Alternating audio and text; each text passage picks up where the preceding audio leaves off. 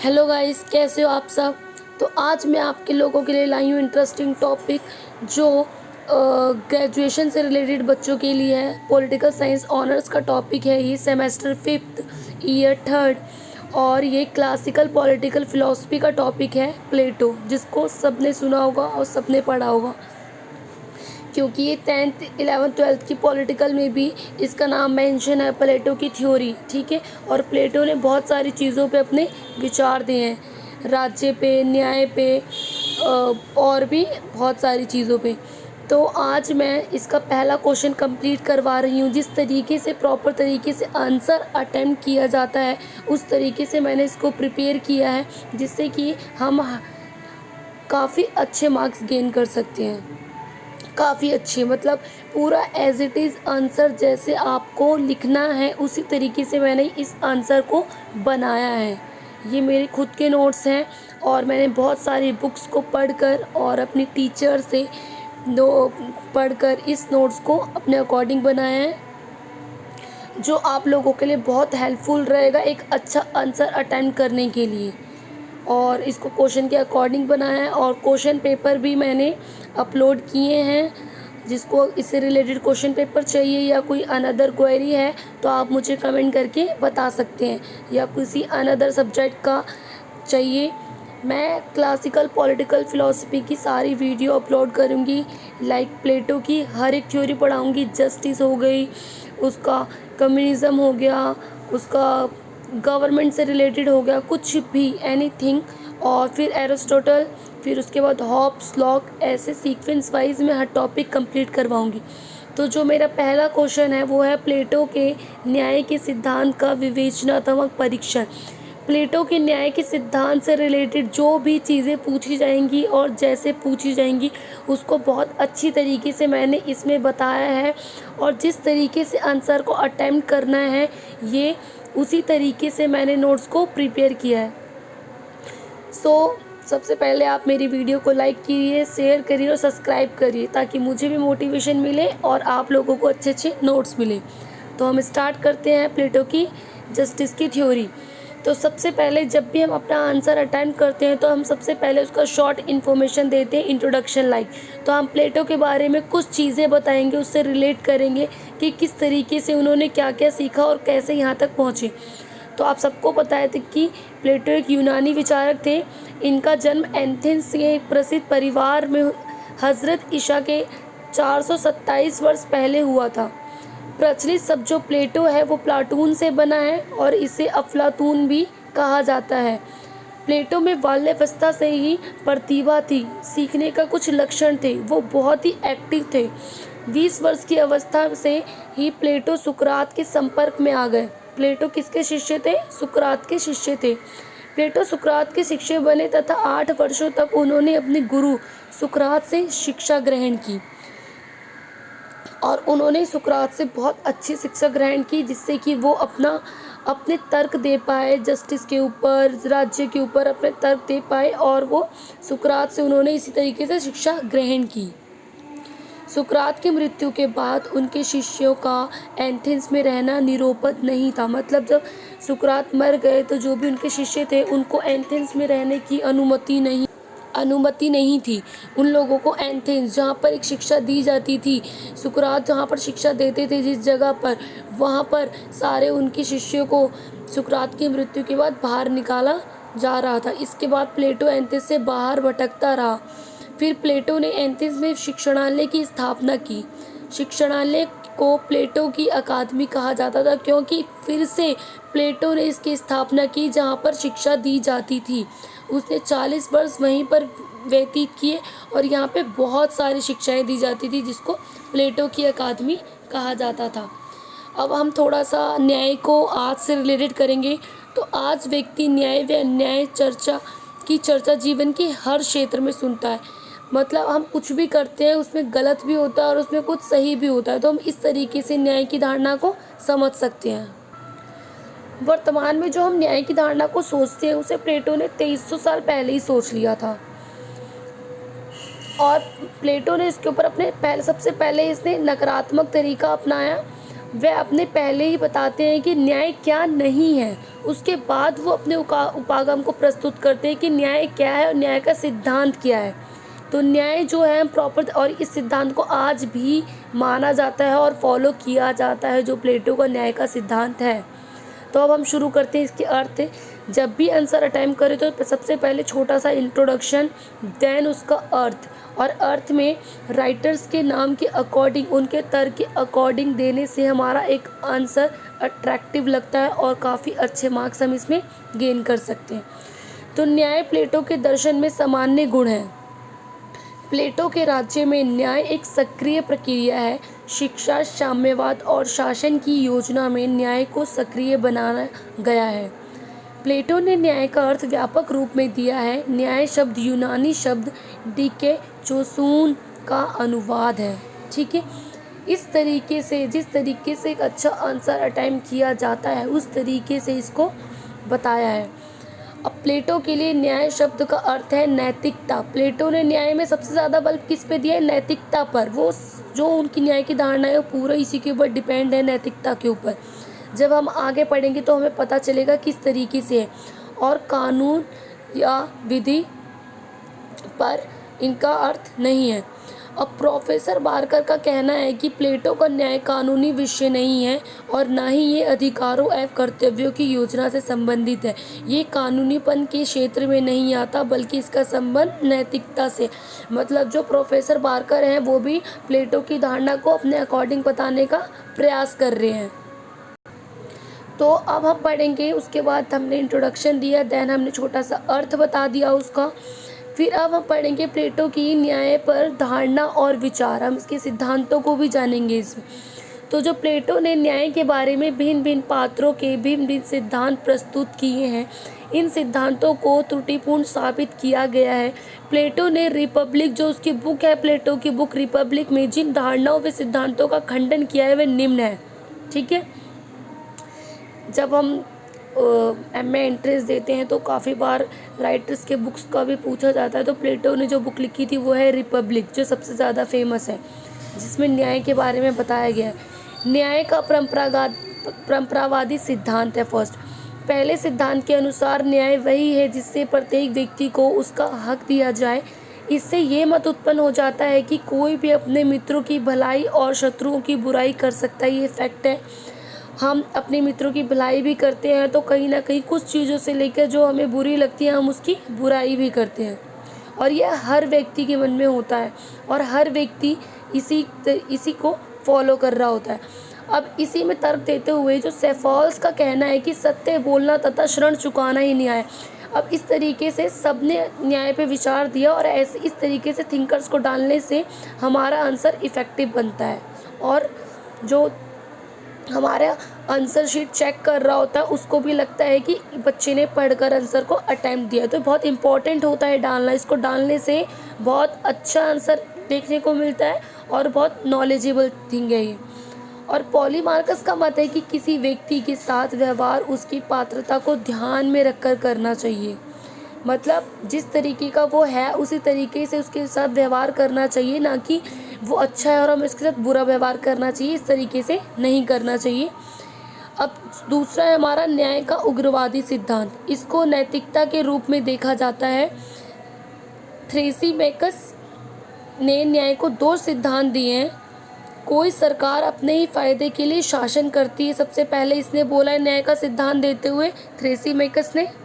और थ्रेसीमेकस का कहना है कि जो अन्याय है वो न्याय से ज़्यादा अच्छा होता है। तो सबके विचार अलग अलग हैं, सबने न्याय को अलग अलग तरीके से प्रस्तुत किया है, तो हम किसी की भी धारणा को गलत नहीं बोल सकते। प्लेटो ने दोनों को अपने तरीके से परिभाषित किया और कहा कि सरकार अथवा शासन का उद्देश्य व्यक्तियों का हित साधन है, ना कि अपने स्वार्थों की सिद्धि। शासन एक कला है, सरकार अपने फ़ायदे के लिए शासन नहीं करती।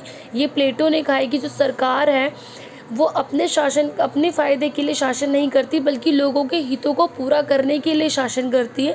लोगों की ज़रूरतों को पूरा करने के लिए, लोगों की समस्याओं का हल करने के लिए शासन करती है। तो ये सही कहा है।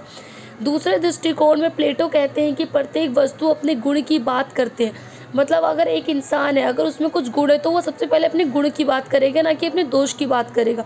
उसके अनुसार हर वस्तु का अपना गुण है। इस विचार से प्लेटो ने कहा है कि न्याय अन्याय से अच्छा है।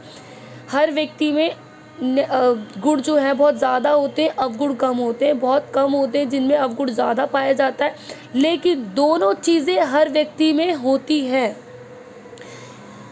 और प्लेटो ने कहा न्याय अन्याय से ज़्यादा अच्छा होता है, क्योंकि हर व्यक्ति में, हर व्यक्ति के नेचर के हिसाब से अपना अपना गुण पाया जाता है। किसी भी व्यक्ति में एक तरीके का गुण नहीं पाया जाता। अगर मुझे मोमोज़ खाना पसंद है तो ज़रूरी नहीं है कि सामने वाले को भी मोमोज़ खाना पसंद हो। हम दोनों की थिंकिंग, प्लेटो की धारणा किसी को पसंद हो सकती है, किसी को नहीं पसंद हो सकती, तो हम किसी भी चीज़ को गलत नहीं बोल सकते। तीसरा है व्यवहारवादी सिद्धांत।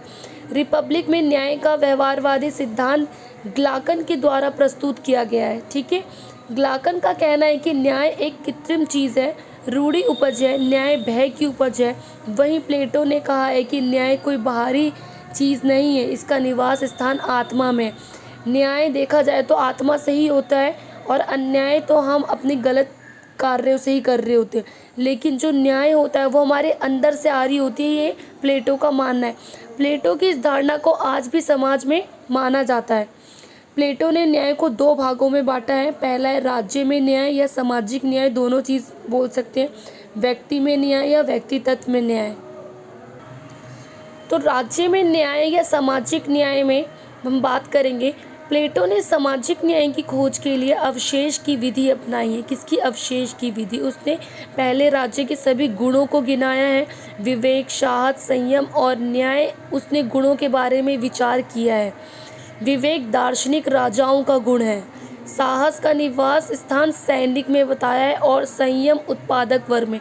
प्लेटो के अनुसार विवेक, साहस और संयम के गुण राज्य के खास वर्ग से संबंध रखते हैं, जबकि न्याय का पूरे राज्य से होता है। बिल्कुल सही कहा है। और दूसरा है व्यक्ति में न्याय या व्यक्तिगत न्याय। प्लेटो के अनुसार राज्य व्यक्ति के ही मानस की विशाल अभिव्यक्ति है। व्यक्ति के आत्मा के 3 गुण हैं, विवेक, उत्साह तथा शुद्धता। हर व्यक्ति में इन गुणों का समावेश होता है। प्लेटो के मत में प्रत्येक व्यक्ति का यह कर्तव्य होता है कि वह अपनी आत्मा के तीनों गुणों में संतुलन एवं समन्वय बनाए रखे और केवल गुण का विकास करे जो प्रधान और प्रबल है। यही न्याय है। अगर हम अपने मन में अच्छे गुणों का विकास करते हैं और अच्छे कार्य करते हैं तो वो अच्छे गुणों की तरफ इशारा करता है, और हम फिर अच्छी तरीके से न्याय और अन्याय की भावना दूसरों में भी उत्पन्न कर सकते हैं और अपने में भी उत्पन्न कर सकते हैं। अब हम पढ़ेंगे न्याय सिद्धांत की विशेषताएं। इस तरीके से हमने सीक्वेंस वाइज समझा कि किस तरीके से आंसर को अटेम्प्ट करना है। आंसर को इसी तरीके से ले जाना है, तभी आप अच्छे से समझ पाएंगे और लिख पाएंगे। अब हमारा सिद्धांत है विशिष्टीकरण का सिद्धांत। ये राज्य के सारे वर्ग एक निश्चित कार्य सौंपता है, जिसके फलस्वरूप उसमें अपने कार्य के प्रति विशिष्टता प्राप्त होती है। जब हम किसी कार्य को बहुत अच्छे से करते हैं, 100% दे रहे होते हैं, तो उसमें हमें 100% हमारा रिजल्ट आता है। तो उसी के ऊपर ये बोला गया है इन्होंने। हस्तक्षेप का सिद्धांत। प्लेटो के अनुसार न्याय इसी में है कि राज्य का प्रत्येक वर्ग और व्यक्ति अपनी ही कार्य सीमा में रहे तथा दूसरों के कार्यों में हस्तक्षेप ना करे। इसको समझाने की ज़रूरत नहीं है, मेरे ख्याल से हर बच्चों को समझ में आया गया होगा। सामंजस्य तथा एकता का सिद्धांत। जब राज्य के भिन्न भिन्न वर्ग सारे धर्म का पालन करेंगे तथा दूसरों के साथ हस्तक्षेप की नीति अपनाएंगे, तब राज्य में एकता बनी रहेगी। बिल्कुल सही है, आप इसको भी आसानी से समझ सकते हैं। अगर हम किसी के कार्य में रोक टोक ना करें, हस्तक्षेप ना करें, तो एकता बनी रहेगी और न्याय भी अच्छी तरीके से हो पाएगा। इसी पे सेवाइन का कहना है कि न्याय समाज को जोड़ता है और सामंजस्य उत्पन्न करता है। बिल्कुल सही यही धारणा। चौथा है हमारा व्यक्तिवाद का विरोध। न्याय सिद्धांत के द्वारा व्यक्ति को यह संदेश दिया जाता है कि वह कोई अलग इकाई नहीं है, बल्कि एक व्यवस्था का अंग है। न्याय सबके अंदर है, न्याय हर जगह है और न्याय को स्थापित करना चाहिए, और न्याय की धारणा को मानते हुए हमें अपना विकास करना चाहिए। पांचवा है मनोवैज्ञानिक सत्य। जब व्यक्ति अपने मन से काम करता है तो उसकी रुचि बनी रहती है, वह उसमें श्रेष्ठता प्राप्त करता है। सही बोला है। जब हम कोई कार्य करते हैं और हमें मन करता है हमें और करना चाहिए, हमें और करना चाहिए, मैं और करना चाहती, तो हमें उसकी बहुत सारी नॉलेज होती है और हम उसमें श्रेष्ठता प्राप्त कर लेते हैं, मतलब श्रेष्ठ बन जाते हैं। हमें उसकी बहुत ज़्यादा नॉलेज होती है। जैसे आप पॉलिटिकल साइंस पढ़ रहे हो, आप first year, second year, third year, तो आपको पॉलिटिकल साइंस की बहुत सारी नॉलेज मिल रही है हर तरीके से। प्रैक्टिकल भी मिल रही है, थ्योरी भी मिल रही है और आप सारी चीज़ों को रिलेट कर पा रहे हो। ठीक है। अब हम इसकी आलोचना, पहले तो जब भी हम आंसर अटेंड करेंगे तो उसका निष्कर्ष लिखना मैंडेटरी है, ज़रूर लिखना।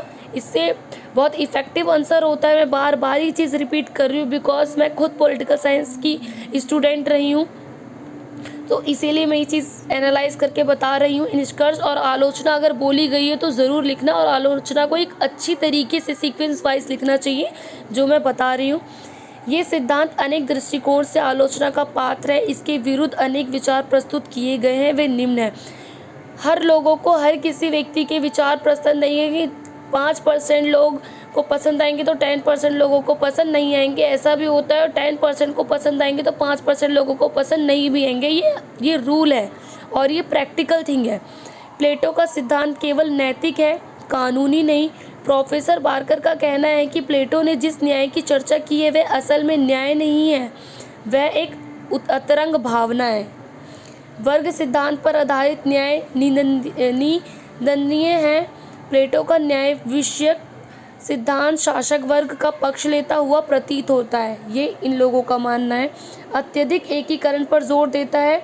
अरस्तु ने प्लेटो के न्याय सिद्धांत को अत्यधिक एकीकरण की ओर ले जाने वाला कहा है कि उनका कहना है कि सिर्फ प्लेटो के न्याय ने नैतिकता पे बल दिया है और किसी चीज़ पे बल नहीं दिया, इसी कारण ये एकीकरण का बोल रहे हैं।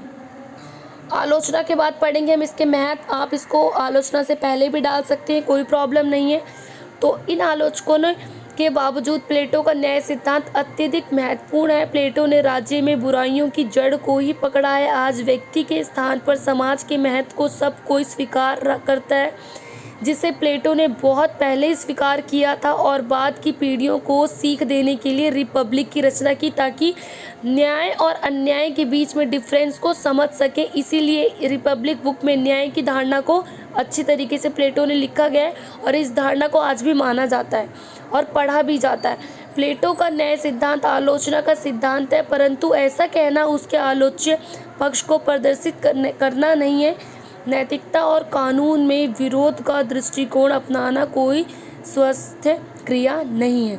तो यहाँ पे आंसर ख़त्म होता है। आप देख सकते हैं कि एक आंसर प्रॉपर तरीके से बनाया है मैंने, और इस तरीके से न्याय के प्लेटो की जो न्याय की धारणा है आप उसको अटेम्प्ट कर सकते हैं। आपका इससे रिलेटेड कोई क्वेरी है तो आप मुझे कमेंट करके बता सकते हैं। इसको ज़्यादा से ज़्यादा शेयर करिए ताकि मैं और अच्छी वीडियो ला सकूं। और इसका जो सेकंड टॉपिक है वो मैं जल्दी अपलोड करूंगी। फर्स्ट क्वेश्चन अपलोड करने जा रही हूँ न्याय, सेकंड में जल्दी अपलोड करूंगी। Okay, thank you so much.